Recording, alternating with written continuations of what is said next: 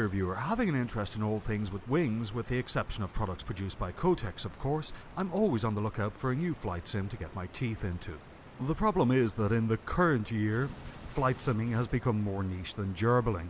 So like a recidivist non-discerning philanderer who lives beside an old folks home, I often find myself dipping into the past. This has led me to take a look at the bizarrely named Rise of Flight United, 1 West Bromwich Albion, 0. Video games as a whole have a rather distant relationship with World War I. One of the major reasons is because World War I is morally ambiguous, it doesn't have the clarity of World War II. One can simply glance at World War II from a galloping horse and come to the following 3 correct conclusions. That fucking shouty retard's moustache is hideous, they're a bunch of genocidal cunts and they need to be stopped. If one were to take the same glance at World War I, the conclusion would be that 2 equally nefarious and jingoistic alliances were involved in a power struggle that succeeded in wiping out a fair proportion of their working and middle classes. The other major problem for video game producers is, whereas World War II was a dynamic, diverse and exciting arena, World War I was very much a static murder machine, ideally suited for those who like walking simulators and playing the sniper in Counter-Strike. The major exception to World War I's depressingly brown and poetic murder fest is the air war. Even 100 years later, there's something really exciting about taking off in a machine that's made from the wheels of a pram, kitchen chair legs and fabric, powered by an engine from a Singer sewing machine and held together with Pritt stick, prayer and spunk. So now you know a little about the background, let's find out more about Rise of Flight United. 2 Parthic Thistle 1. Sorry, I will stop doing that. There are some things you should know about Rise of Flight United. 2 Queen's Park Rangers. 3 sorry. The game was originally released in 2009 and over the years has gone from a AAA model to a free-to-play model. I'll delve into the business model a little later in the video. For now, let's take a look at the gameplay. When you arrive in the game, the first thing you should check out is the training campaign. Even if you are a flight sim veteran, these prams with wings have a mind of their own. The training campaign is both well designed and comprehensive. It explains the basics of flight on the ground, then has you practice takeoff, circuits and landing. Yes, it does have those annoying green hoops, but I see no other way if you want to get people who have never played flight sims before into the genre. Once you've got a grasp of the basics of flight, the campaign moves you on to the basics of combat. Your first targets will be enemy observation balloons, and from there you'll quickly move on to ground targets. The learning curve in the campaign is quite steady without becoming ridiculously steep or ridiculously shallow at any point. Everything is a bit of a challenge the first time you try it, but if you apply yourself, the progress is steady and continuous. There are a few places where the training campaign completely falls down, such as engine management, teaching the cockpit gauges in any depth, and dealing with damage. However, my biggest bugbear with the training campaign are the cutscenes. Digitally reanimating the corpse of Eddie Rickenbacker and have him stare at you through his cold, dead 2009 CGI eyes does not do the game any favours.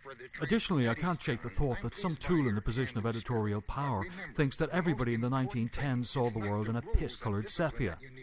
Furthermore, that whole, oh look, I must be important because somebody famous is talking to me and mentoring me, really cheapens the sim. It's the same shit that Ubisoft pull in Assassin's Creed to make the player feel important and heroic. All it's short of doing is asking you to prevent World War II by bombing the trench that contains fucking Hitler. Oh yes, and the player character is a cocky, snivelling fucking bellend. Back to slightly more pleasant things. The aircraft. The cockpits don't look bad for a 2009 flight sim, but they don't look great either. Everything looks a little 2.5D rather than 3D. Gauges have no depth, and the glass reflections just look unrealistic. Because of the general fuzziness of the gauges, I tend to keep the OSD gauges on, which takes away from the immersion a little. When it comes to flight modelling, I'm on slightly shakier ground. Flight modelling actually feels good. It feels flimsy and dangerous. It's just how one would imagine an aircraft made from the contents of a garden shed would feel. The issue is, if you've flown a modern propeller aircraft, you can get some sense of how a World War II fighter felt, and from there you can get some sense of how a modern jet fighter would feel. But I have no sense of how these World War I lawnmowers of the sky felt. I only have my imagination, and I suspect the developers only have slightly more. At the end of the day, to me it feels like a good flight model, but I know as much about flying World War I aircraft as your sister does about chastity. One thing I really like about the sim is the Western Front campaign. One can create a pilot, choose a service and a squadron and begin flying. At the beginning of each day you get a weather report and assigned to one of the missions being flown on the day. I can't praise this campaign highly enough as it's one of the most immersive features of the sim. One day your flight could get sent on a patrol of the front and nothing at all will happen. You'll land half an hour later feeling slightly bored. However, the following day on the same patrol, just as the boredom begins to set in, you could get raped by a gang of novice-hungry fockers. This sense of the unknown and unpredictable keeps me going back to the campaign. Another interesting facet of the campaign is the lessons it teaches regarding attrition. One would imagine it would be safer in the air than sitting in the mud waiting to be ordered to march into enemy machine gun fire.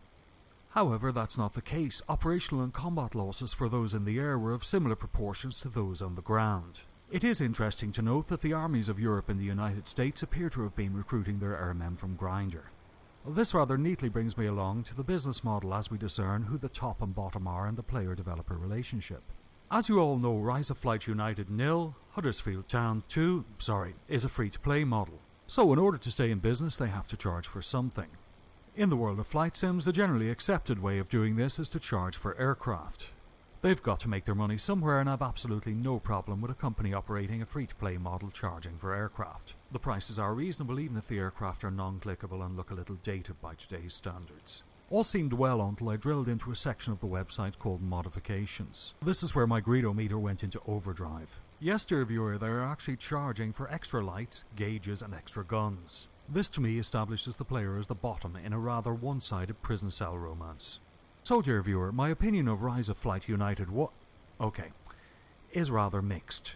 On the one hand, I like the flight modelling, immensely enjoyed the campaign, and the graphics are just about okay.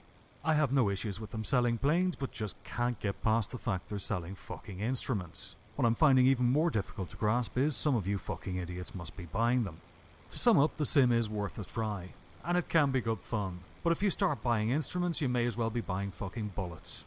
As always, I thank you very much for watching. Please don't forget to dislike or tell me to go fuck myself below.